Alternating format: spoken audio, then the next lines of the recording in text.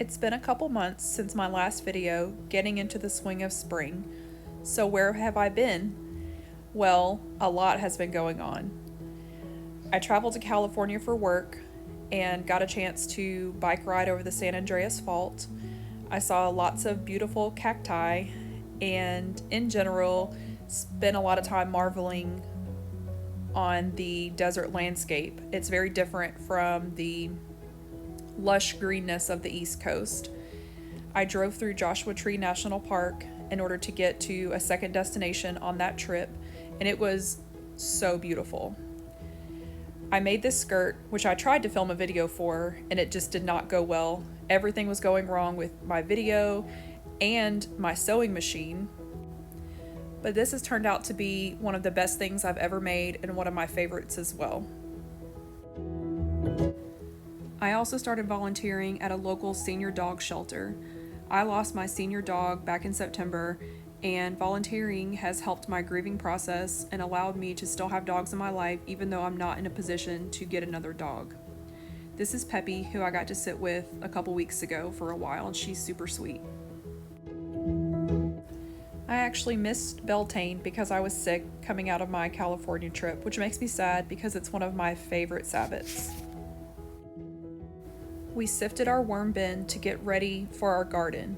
I've spent the rest of the weeks that I've had available getting my garden set up, and today I'm going to give you a tour.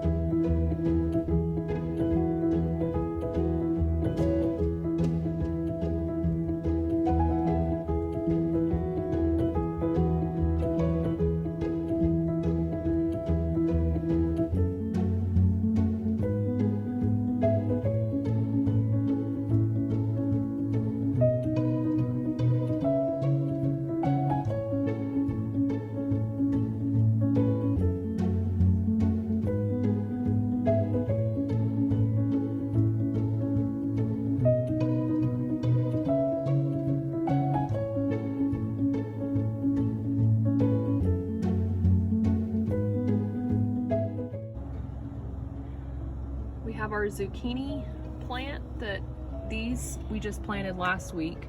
Zucchini, cucumber, and watermelon. And I built this trellis out of bamboo stalks to hold those things up once they grow. And I have this little jug that's cut in half that I'm going to use as a cloche over them if they get too hot today, because today is a super hot day. So like yesterday, the cucumbers got a little wilty in the heat of the day. These are sweet potato plants. I found out after I planted them that they're actually ornamental sweet potatoes and not culinary, which you can still eat the tubers from an ornamental sweet potato plant, but they just may not taste very good. So I'm trying to decide what I'm going to do with these, if I'm going to keep them or use the space for something else, because I think I'm going to plant more watermelons, because I learned that each plant only makes 2 to 4 watermelons, and obviously I want more than that, so I may need more.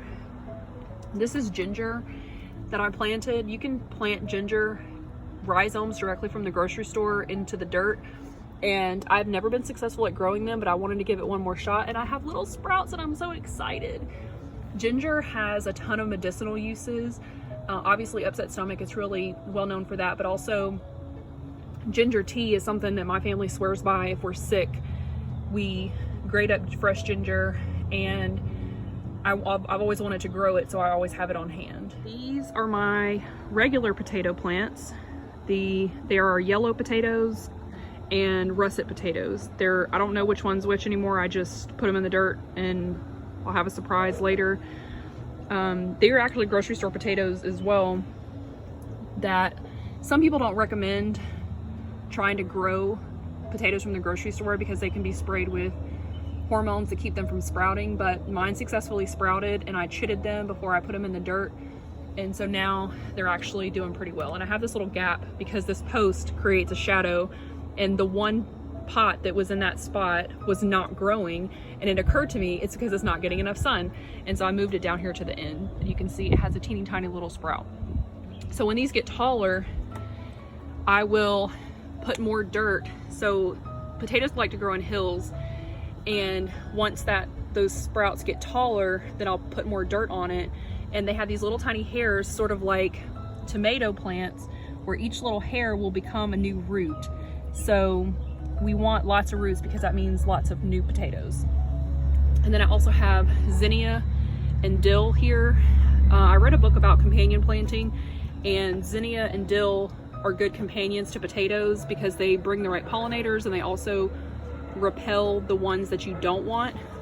So my dill is also kind of doing a little sad because it was in the shady zone as well, but I'm hoping since I just moved it to the sun that it's going to do a little bit better. I also moved my indoor plants outside. So this is a pothos that was gifted to me. They like shade, but this whole little corner is pretty shady all day. I also moved my aloe outside into bigger plants in very sandy soil. They were just getting too big for the space that I had them in inside. This one's gotten a little sunburnt, but overall I think they're doing pretty good. Their leaves are nice and plump, which they were not when they were inside. Even when I would try to water them consistently, the pots just, I don't think were big enough. So I'm hoping to have even bigger aloe plants that I can actually use the aloe, because at this point I'm scared to ever cut off a leaf because I don't want it to get messed up. And these are my other little succulents I brought outside. They have not been super happy, but you live and learn. And this one, you can tell, had not been getting enough sun inside, so it's very stretched, but I'm hoping that with the extra light outside, it'll start growing more compact again. Yeah. Hello, pardon the interruption. So, as you all know, it is possible to overwater and underwater plants. So, me and my mom have been using this meter right here to determine how much we're supposed to water the plants. So, we go down here, let's put it on moist, and we stick it in, and it tells us how moist the plant is. And if we take it out, put it on the light setting, then we can determine how much light is just around us, and we can tell if the plants are getting enough light to survive and a healthy amount of light. And there's also the pH setting, which allows us to like determine the acids, I think, inside of it. So obviously it's in the red. I'm pretty sure that's good, but I'm not completely sure. So I think it's time that we go back to our mother and she can explain her upfront garden. So these are my perennial herbs that came back from previous years. I think this lemon balm and mint are a year old. They didn't do so great last year, but I also didn't do a great job last year. But these have I cut them down in my last video and they just exploded. So I'm super excited to try these again. I added some of the worm compost into both of these plants. I think that's what helped them grow. And then my lavender, I think is 2 or 3 years old. I really thought it was dead because the whole plant sort of looked woody and gray. And I also cut this down in my last video and did not expect anything. But then once it started getting warm again, it started growing, and now I'm about to have flowers. So super excited about that. And then this is an Echinacea that I bought last year. I really need to repot it. because it's in a really shallow pot right now. And I also have Echinacea seeds that I haven't planted yet, but I'm hoping that this comes back in flowers because Echinacea is also a really great medicinal plant, in addition to lemon balm, lavender, and mint. And then these are some seeds that I've also planted primarily to be companions to my tomatoes and peppers. Poppies bring a lot of really great pollinators. Oregano, obviously great for cooking, but also great medicinally. It hasn't sprouted yet, so I'm starting to get worried. I might have to buy a started plant. And then this is basil, which grows really well with tomatoes. They taste delicious together, but also brings a lot of great pollinators. And then calendula also hasn't sprouted yet. I'm starting to think that it may not great medicinally as well. So as you can see, I have a theme for my garden. These are my Citronella plants. This is actually my 3rd year growing this plant, and each winter in fall I dig up a couple blades and put them in water in my house over winter so that they can plant them back in the dirt. And I just replanted these last week, so hopefully I see some green still. This is not my cat, by the way. It's just a cat that likes to come visit me. So yeah, hoping these grow really well, repels mosquitoes. Hey kitty kitty. This cat's just super friendly. And then these are my strawberries. This is my original strawberry plant. Actually, it's my son's strawberry plant that he picked out, I think 2 years ago, maybe 3. And of course, strawberries send out runners. So I had always been cutting the runners because they would try to grow back into the landscaping. And obviously I didn't think my landlord would like that. Plus, who wants to eat strawberries that are grown in landscaping of unknown origin? So last year I let the strawberry runners grow into a pot, and now I have massively more strawberry plants than I've been getting actually a lot of strawberries from. And I don't know if it's that they've already produced enough strawberries or if it's because it's been so hot, but they haven't produced a lot this last week. But now I'm cutting the runners as they start to try to keep them producing more fruit. And then towards the fall, later in summer, I'll let the runners go into a new pot, because I was actually able to gift some strawberry plants this year, and that makes me feel good when I can share the literal fruits of my labor, because strawberry is one of those plants that will go on and on forever if you plant it right. So it's a gift that keeps on giving. And then lastly, my sage plant. I've had this one for several years as well, and it was also super woody, and I didn't have really high hopes, but after cutting it down, it started to grow really well again. I added a lot of worm castings from my compost bin. I always struggle with watering for this one because it likes drier soil. It's from the Mediterranean. However, when we use our water meter, it always says it's super dry, and the leaves are kind of yellow, so I don't know if it's from over or under watering. And I've been snipping off the blooms, trying to keep it producing more leaves, and I've also pruned it a little bit already. You might be wondering, where are the tomatoes and peppers that we planted seeds for months ago? Well, they stopped growing inside. So I had them in a windowsill that gets a lot of sun, but they just were not growing. They weren't dead, but they weren't growing either. So I repotted them, and then someone made the comment that it might just be too cold inside the house. So sure enough, I brought them outside, and I have these bricks out here because I had actually put jugs over them as cloches to protect them from the sun because they were still so tender.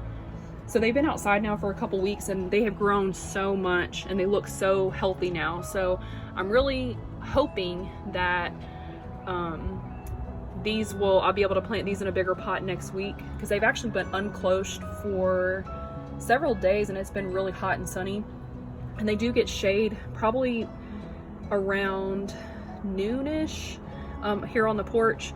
And so I hope after another week of being like this, I'll be able to move them into bigger pots and have some tomato plants. I have four tomatoes, 1, 2, 3, 4, and then I have this one pepper plant, and then I have this one too, but I don't know if the plant is, or the pot is smaller, so it's looking a little sad, but I'm hoping that it sort of picks up, and I may try to like shade this one more to give it a little bit more shade since it's looking a little sad.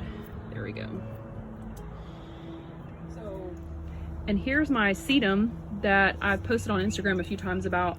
This actually was a gift from a friend a few years ago, and last year it didn't do very well. It was still in a really small pot, and so this year, also in a video, I cut it down and did not expect much because it looked dead, but it almost immediately started growing again. And we've been bottom watering it so it can, because first of all, this pot is like slap full. It's hard to get underneath it, but it seems to really love the bottom watering.